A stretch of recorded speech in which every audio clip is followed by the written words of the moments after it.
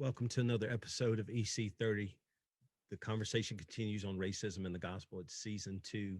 Today, we have a very special episode with Billy Michael Honor regarding voter suppression, both historical, present day, what that looks like, as well as the new Georgia law, SB 202.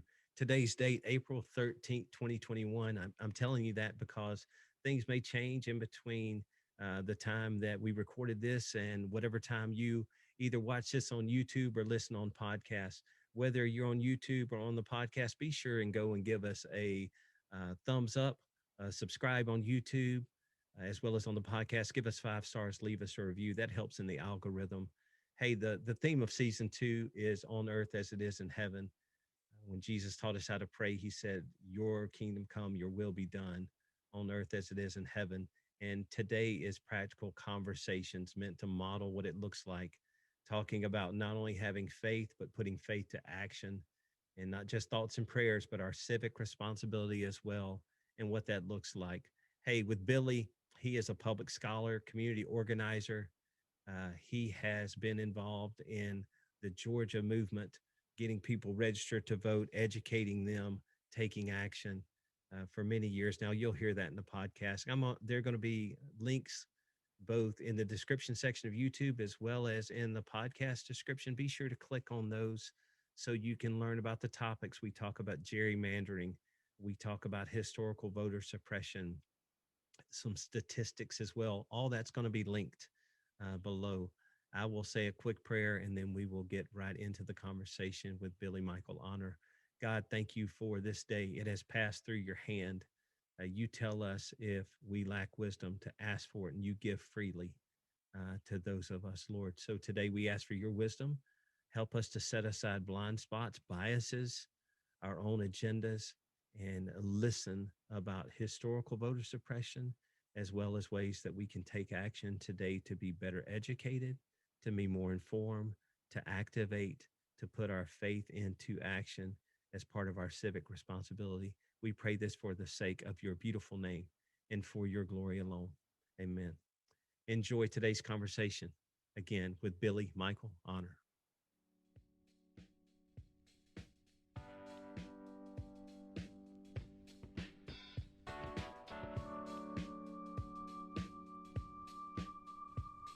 All right, welcome to another episode of EC30, the podcast about racism and the gospel. The conversation continues. Season 2's theme is on earth as it is in heaven. We do not have to wait before we stand before a holy God to celebrate diversity, recognize different gifts and talents we have. Even now, we can do that as Jesus taught us how to pray. He said, your kingdom come, your will be done on earth as it is in heaven.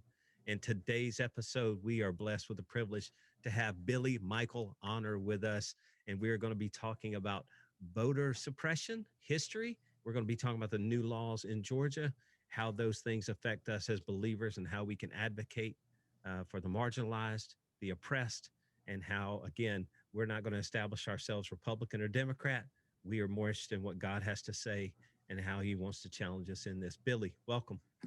Thank you. I'm glad to be here. Yeah. So to give everybody who's listening, this is going to kind of be out of order, but the season 2 finale, Lecrae was interviewed. That was done a couple of weeks ago. And when this new law passed in Georgia, bill number SB 202, we'll end up talking about that. I reached out to Lecrae's publicist, Jackie, who has been tremendous, and asked her if she had contacts. And she immediately put me in touch with Billy here because they've done some work together.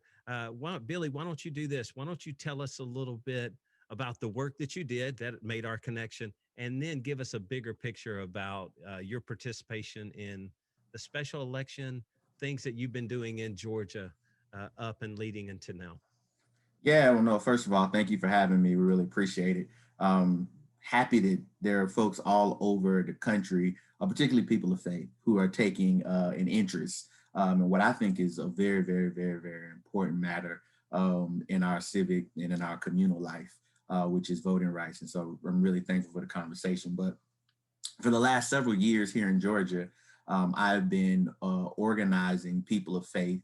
That's people in mosques, synagogues, and temples, obviously, most of which in churches, to get involved in what I think is really a spiritual calling, and that is civic life.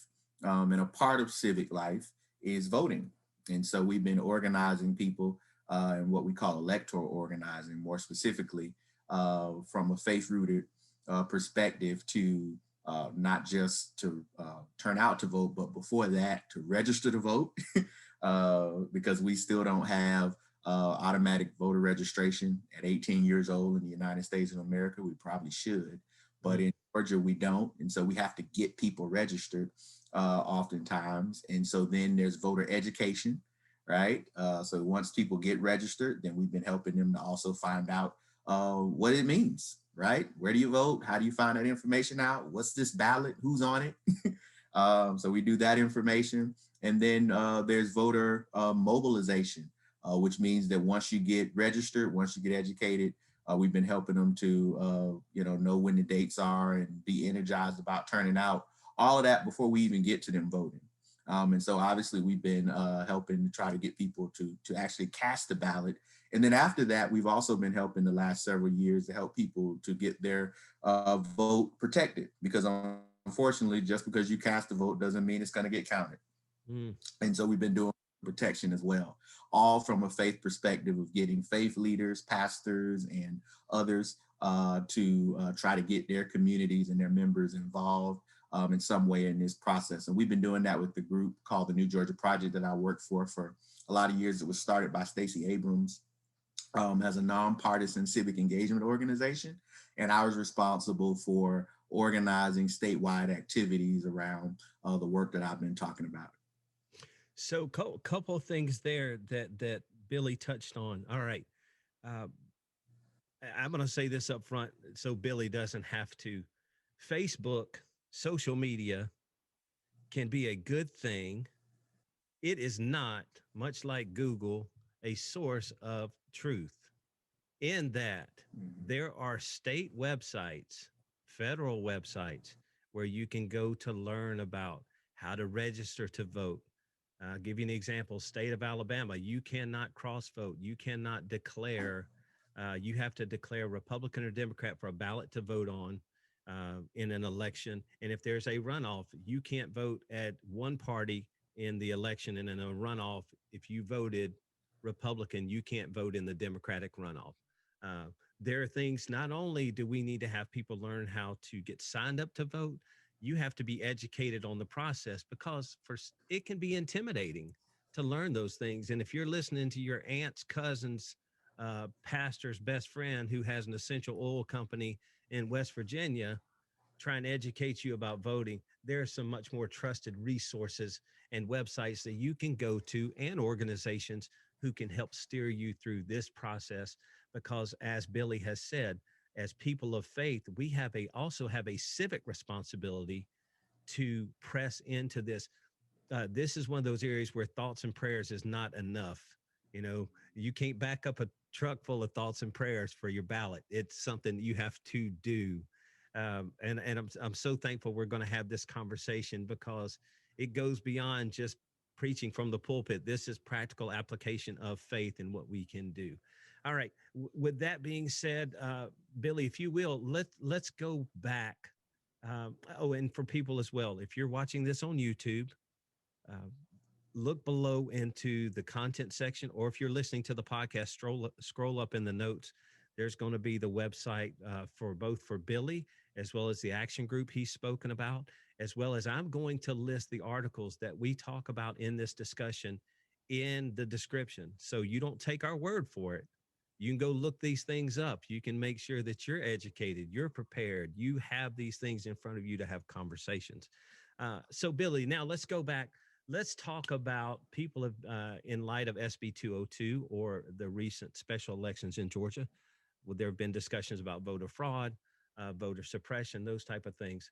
Let's go back and take a big broad stroke at what voter suppression has looked like in the history of the United States. Yeah, so originally in the United States of America, voting was only reserved for people who own property.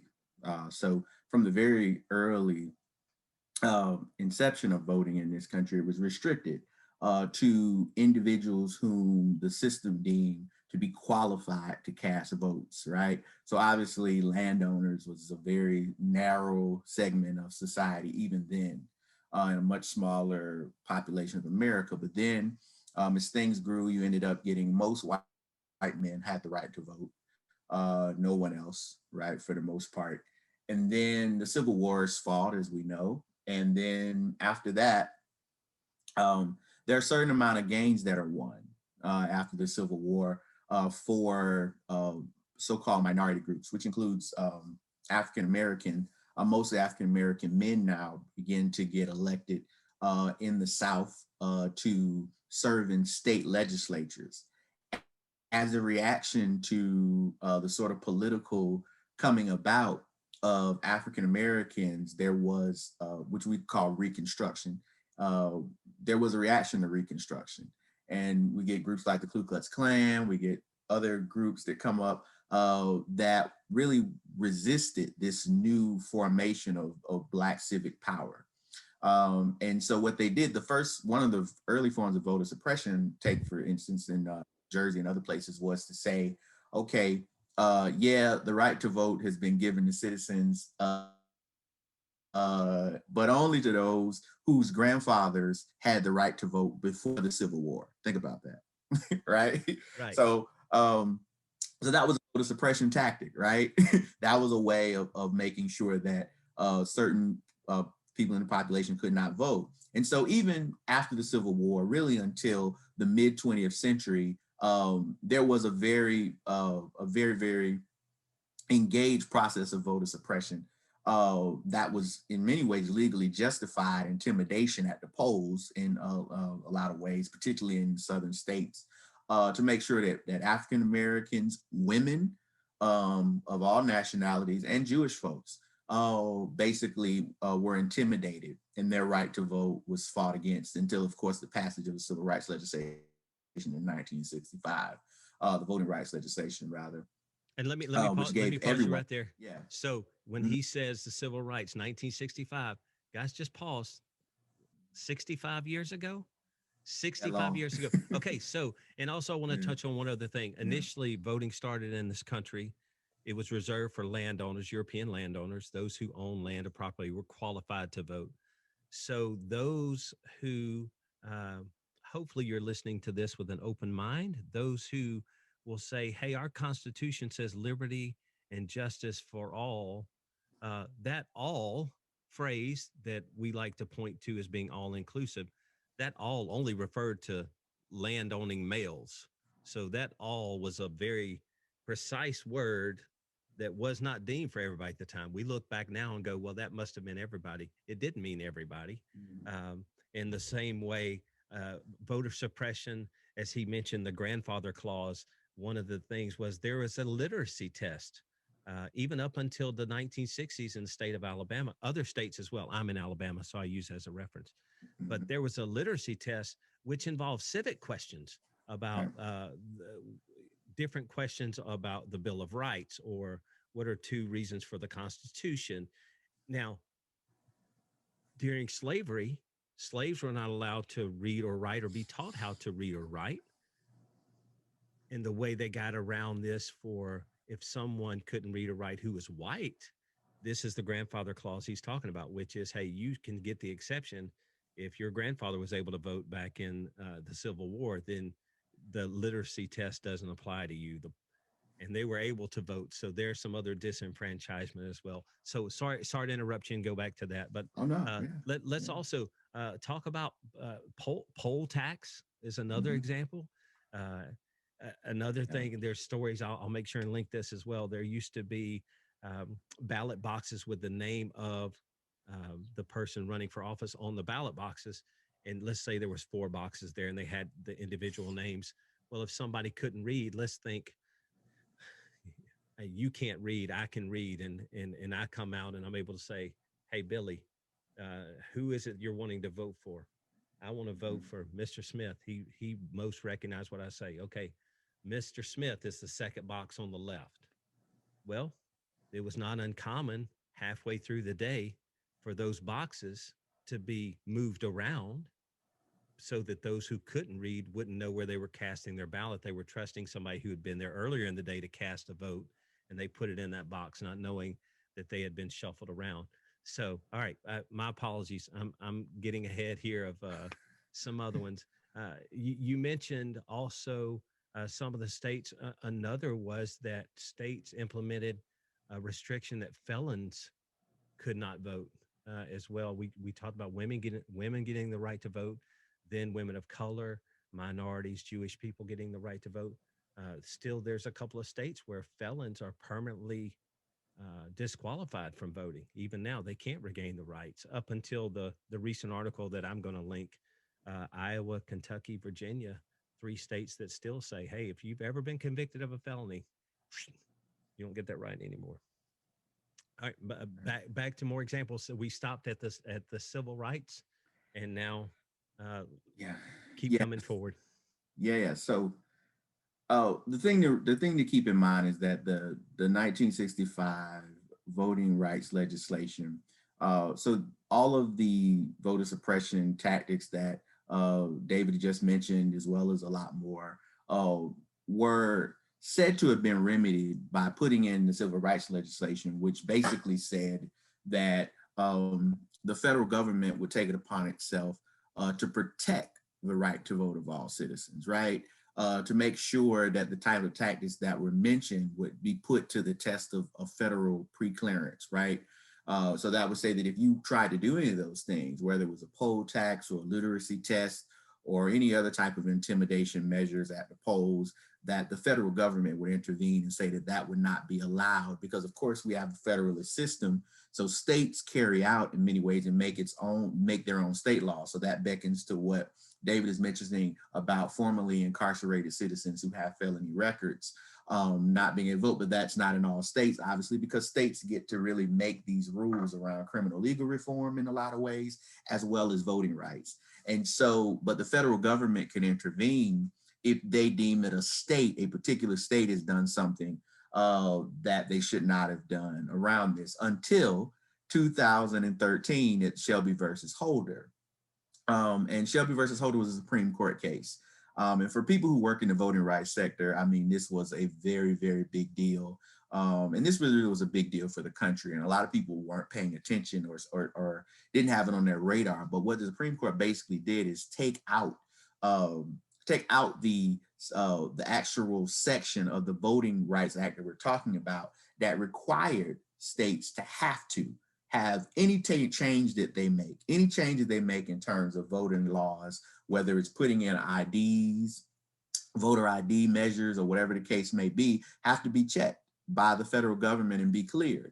Well, now what Shelby versus Holder said is that you don't have to have that happen, right? That there has to be a preponderance of certain evidence, or it has to be in an area where there is a high level of proven discrimination in order for that to happen. But a state and local municipality can make these changes without having to do that automatically. And so that really opened the floodgates over the last several years for a bunch of laws. You can go back and you can look and you can see that after that, you started getting all of these just crazy, just absolutely crazy and clearly voter suppressionist laws happening all over the country, not just in the South, as a result of them not having to be pre-cleared anymore, right? And so really what we're seeing right now here in Georgia is an outgrowth of a movement of voter suppression that has had a resurgence ever since 2013 with the Shelby versus Holder case.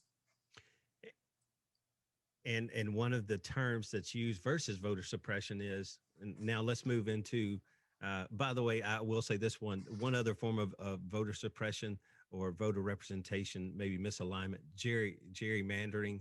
Uh, I will include an article on that to show you some of the ways that power is divided up to keep power, and lines are drawn in light of the census that's just happened. Lines will be drawn, carved out. I'm going to give you clear examples of that as a link in here, and I'll make sure and list that. But with that being said, let's move into SB 202. Again, Billy is on the ground in Georgia, so we're not talking to somebody's aunt's cousin's pastor's best friend, like I said, who sells essential oils in West Virginia. This is this is this is somebody who's on the ground, who's been dealing with this for years. Uh, give us a broad view of the overall law, and then pick out a couple of points that are going to uh, for people of color or people who might be disenfranchised from voting based on some of this new law that has passed. How about that? Sure, yeah. I let me just say that Georgia has become ground zero for the voting rights fight in the United States of America.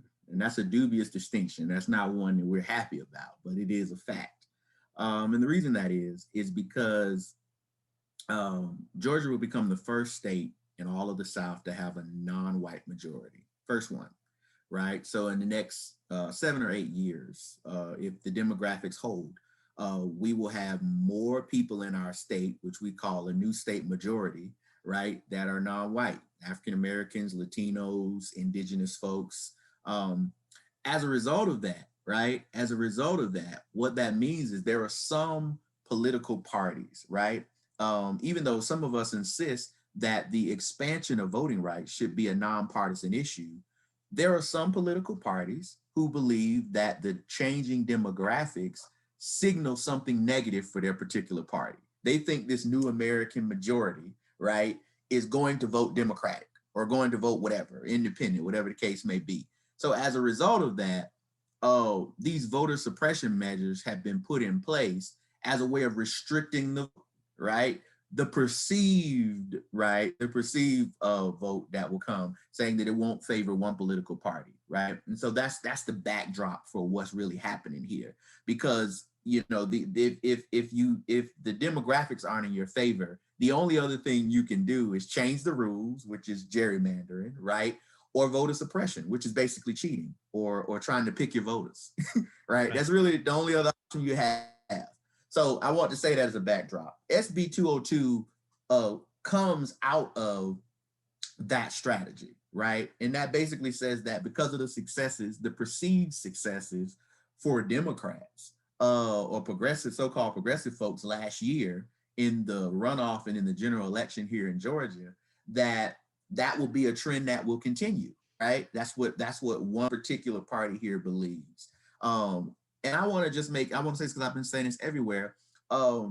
What's really tragic about that is that the way in which the process is supposed to work is that you put forth candidates and you put forth an agenda that speaks to all people. I don't care what party you are. And you hope that that is persuasive enough to compel people to vote for you. And then I think if that process happens and is fair, we can all live with the result, or at least I hope we should. We should be able to live with whatever the result is, right? Unfortunately, what SB 202 does, it says, never mind what the arguments are, never mind what the candidates are. We want to put in these particular measures to make sure that we don't continue to see a surge in the vote. So how does that happen? Well, SB 202 says that if there are particular counties that we're concerned about, we're being the state government officials, the Secretary of State's office, well, they can come in and take over those county board of elections, which this is the most insidious part of the whole SB 202, right? This is the part that most likely could be thrown out by the courts or overturned by the courts of the federal government. Because you can imagine, I don't care what political party is in charge of the state Secretary of State. I wouldn't want them to have that kind of power to come in and be able to take over a county board of elections if they just see whatever it is that they don't feel right, and then say, okay, we'll take it from here. That has real implications, right? Because they can cause polling sites to close early, right? They can keep the election results tied up for months and months by saying we're going to recount and keep recounting, right? Right. And all those sorts of things. So then that's one. The other thing is limiting drop boxes and the hours of drop boxes. We had a lot of drop boxes because of COVID. This time around, it turned out to be a great thing. The actual governor, who is a Republican in our state, voted by drop box, I might add. But yet, the new provisions would have disallowed him to have been able to vote in the way that he was able to vote because they limited drop boxes and then said that they only needed to be doing office hours, well, I mean, that defeats the purpose. You could just go inside and vote. Like, if you know, why do it in a drop box if the office is open? The best purpose of these is for them to be after hours. The other things that it did is they added all of these extra measures of verification for mail voting, because we've had such a large surge in vote by mail, because we have no excuse vote by mail absentee ballot voting here. And many of us in the faith community have been mobilizing for a lot of years. Me and Senator Warnock, he was pastor then. We did a campaign 2 years ago, statewide campaign, encouraging people of faith to vote by mail. And so now, in order to do that, you gotta sign the envelope, you gotta send your ID, all of these things that you didn't have to do. Now, somebody might say, and we hear this over and over again, well, what's the problem with verification? What's the problem with ID verification, right? Well, the problem with that is that we had no actual accounts of voter fraud by mail. Like, there's no widespread voter fraud according to vote by mail. According to any standard of investigation that's been done, that's been non-prejudiced, has said that we didn't have it. So why is there a need to add more onerous measures in place to be able to vote by mail if there's no evidence that the process was wrong? This was almost like this was a solution in search of a problem, right? In many ways. Yeah. And then the thing I'll say quickly is that they criminalize being able to pass out water to people standing in line, waiting to vote. So we got long lines here in Georgia as a result of voter suppression. So people of faith and others have mobilized to go and take water to people standing in lines. We don't know who they're going to vote for. I know this for a fact because nobody in Georgia has mobilized more people to go and do what we call precinct chaplaincy and line warming than I have. I mobilized thousands of people, trained thousands of people all over this country to do this work. And so I know that this is a nonpartisan effort that people come out and give of their time to do just to show care to voters. It's not electioneering. Nobody is asking people who you're going to vote for before they give them a bottle of water or a snack. We have no idea who they're going to vote for. We just want them to stay in line and vote. Well, now that cannot happen under this law, or else you could be charged with a crime. And in light of that, so I'm going to camp on this one just for a second. It's a misdemeanor according to this law. Poll workers, if you're trained and you're working in the polling place, can pass out water. But if you're a volunteer and you pass out water or snacks to those people standing in line, you can be charged with a misdemeanor in the state of Georgia. People of faith, listen, this provision flies in the face of the gospel in that this is something where people should not be afraid to say, if they are intent on citing me for a misdemeanor based on this law, by showing compassion based on the commands and the edicts of the gospel, then it's time for us to get that misdemeanor on our record. It's time for us, people of faith, just to say, hey, look, I'm going to have a misdemeanor on my record. If they want to charge me, they're going to have to charge me for it. So let's go back to the identification, providing identification for mail voting. There's going to be a lot of questions. By the way, again, it's going to be linked in here. Today is April 13th, just for in case there are parts of the law that get tossed out. I'm just giving a historical perspective. Right. But let's go back to the identification part. So if somebody wants to vote by mail, the amount of time, was it decreased? The amount of time for vote by mail, was it also decreased in the law? So the time frame was limited. I think it's 2 weeks or something like that now. But like so before you could do it. There's almost a month, but not just of voting by mail, but also early voting period. Right. Like whole early voting period was pretty extensive. So they limited that amount of time. So if you want to early vote, or if you want to vote by mail in Georgia, you have to send off to request that. You don't have to have an excuse to reason to vote by mail.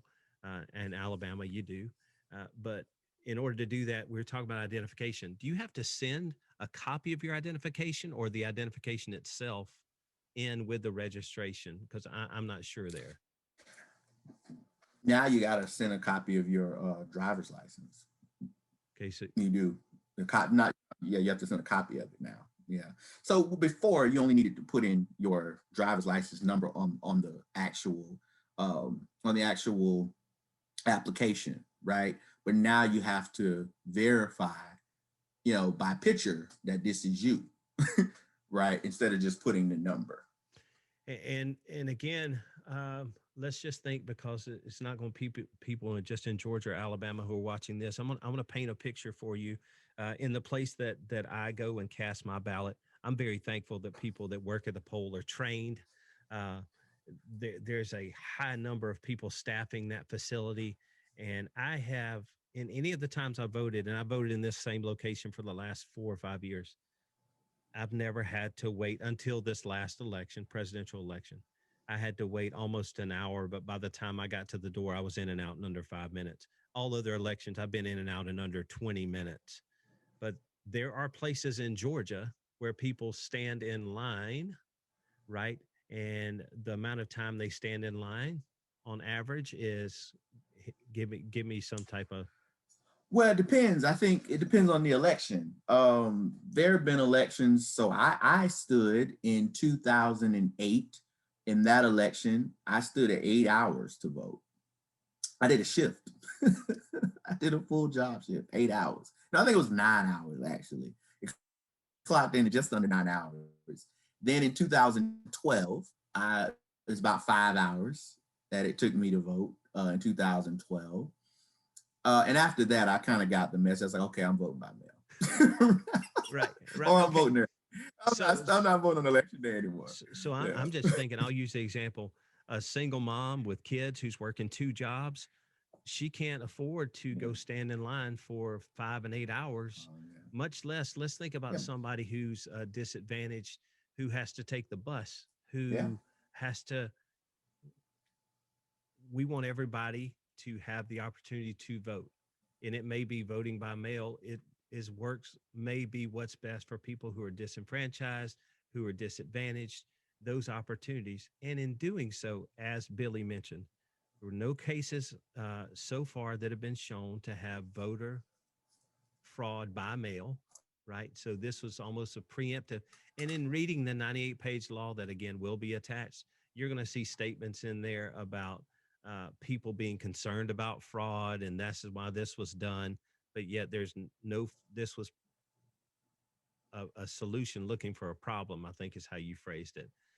So it's something that hadn't been shown to be true. Yeah. Drop boxes being limited, the hours Yeah. on the drop boxes being limited, having to send in identification for requesting the ballot, as well as when you send the ballot back in, correct? You got to do That's it on right. both times. The restrictiveness. Now, I will say this, because a lot of people voted by mail due to COVID and other Mhm. restrictions. In the time that we live, again, this is April 13th, 2021. Those people who have, whether you're in Georgia, Alabama, wherever, in this most difficult year that we just experienced, you may have lost your home, you may have moved, and those type of things. As you prepare for this next season of voting, please make sure that you know where your voter registration card is. Please make sure that you check your local website to find out where you're supposed to vote. Make sure that you update your address, because if your address doesn't match and you stand in line like Billy talked about, 5 hours, you get up there to find out you're supposed to be voting 30 minutes away. Now you got to stand in line again. We want to make sure people have the tools and resources to be fully equipped to know how to do those things. And that about line warming, I'll tell you one of the stories that I heard. Somebody made the comment to me, as I mentioned, I was going to be having you on, and they said, "Oh, well, that's because people they pass out water with the candidate's picture on it and do those types of things." And I said, how about this versus these type of stories that you can't cite? Why don't we talk to somebody who's actually been involved in the process with Billy? And so Billy is on the ground. Yeah. Listen, I mean, it's there's no other way to say it. That's a lie. It's just not true. I mean, look. There is so much press that has covered our line warming and what we call poll chaplaincy over the years. Like, you can read the articles. Like, media has come out and covered what we've done. Literally, faith leaders who I could name, high profile faith leaders, has come from all over the country to come line warm with me. Like it's a thing. They come here and all they do is they'll bring their children and they come and pass out water to people who are standing in lines, because these notorious long lines here in Georgia have become a national story. And so faith leaders will come here and do that. They would not come here and do that if it was a part of some illegal, by the way, election process, right? Electioneering or campaigning for a party. It just doesn't happen, right? It just doesn't happen. There are pictures that you can go and look at of people who've been out doing this work, and they don't have on anything other than the organization maybe that sent them out there. But other than that, I mean, this was Aquafina, it's Dasani, it's Kroger water. That's what it is. It, Now, it's my check, they aren't on the ballot, you know. it's not the old church fan that had the funeral home logo on the back of it. When you Oh fans go no, and made sure that logo was right. facing you and No, Jesus was on the other side, that's right? right. Right. I mean, this doesn't happen. Yeah. What this is, and this is what it is happening. The perception, once again, of a particular political party, unfortunately, right, is that that line warming and poll chaplaincy is a part of the Democratic voter turnout machine, right? And it's just not true, right? If so, here the point is, sure, in urban communities, there is lots of activity that happens at those polling sites in terms of food being given out, in terms of music being played. Like, part of the reason, though, is because those are the communities that end up having the longest lines, right? Yeah. So, yeah, so if they didn't have such long lines, none of that would be necessary to happen to try to encourage people. You see, so it's not that this is some type of process of a partisan sort of partisan activity happening. It's just that we're going where the need is. We're going where compassion is needed the most, because that's where the longest Mm. lines are. There's a place called Crystal City on the south side of Atlanta. In 2012, polls closed at 7 o'clock. The line was so long because, you know, the whoever's in the last person in line at 7 o'clock gets the vote. Now, nobody after that, but the last person in line gets the vote. Think about that. I was at that polling site till 10:30 or 11 o'clock at night because people were still voting. Mm. Right? That's how long the lines were, right? At that point. And you can, Jennifer Butler, who is the CEO of Faith in Public Life, she ain't a Georgia citizen. She live in DC. She was here. She'll tell you. She came out to, and she saw the long lines like that. Like, and one of the reasons that that polling site was like that is because they didn't have enough surge protectors to run all the voting machines. You see what I'm saying, right? And Mm. so, and this is a almost 100% African American facility, right? So this is what I'm talking about when we say that there is the narrative of what people want to believe, right? In sort of media and whatever it is they're watching in terms of news or TV or whatever, right? And then there's what actually happens on the ground, right? From people who actually do this work, like myself, who, sure, I take my vote for a particular group or whatever, but when I organize people, I don't care who they vote for. I'm trying to expand democracy and make sure everybody has access. And so this is the truth. Mm. That's so good. Guys, I'll say this: educate yourself. It is not Billy's responsibility to educate you about the history of voter suppression. It is not Billy's responsibility to make sure that you can go and read these links about how to update your voter registration. I'm so glad that he does this, but we are in a day and age that uh, there are credible sources out there that can help us. Billy being part of on the ground activity is a blessing. And to have him on the podcast today to be able to share this with us, all the links that we've talked about, all the stories are going to be listed in the descriptions.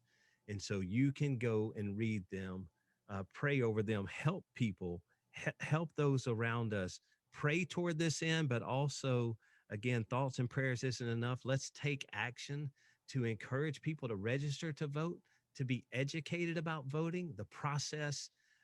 Let's demand better from our leaders. Let's demand a change that allows people to be able to place their vote, to make their vote count.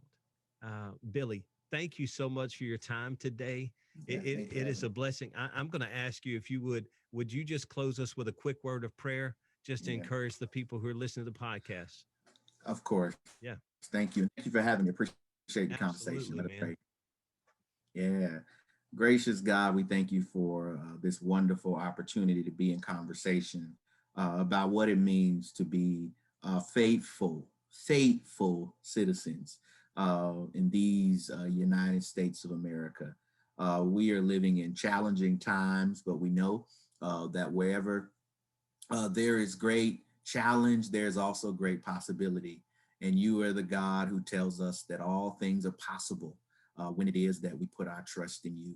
And so, God, we ask that you would do what you can only do, and that is that you would make the crooked places straight and the rough places. Mm, That you would be that bridge over divides, and that you would be the motivation for us to live our best civic lives, oh God, and that you would push us in the path and in the way that you would have us to go, understanding that our voice is our vote, and that you have called us to lift every voice and to lift every vote as an expression of your image in all of us. And that when any of us don't speak, we recognize, oh God, that we limit an element of your truth. And so, God, I ask that you would do all that good work, and we'll be careful to give you honor, praise, and glory. Amen. amen. Amen.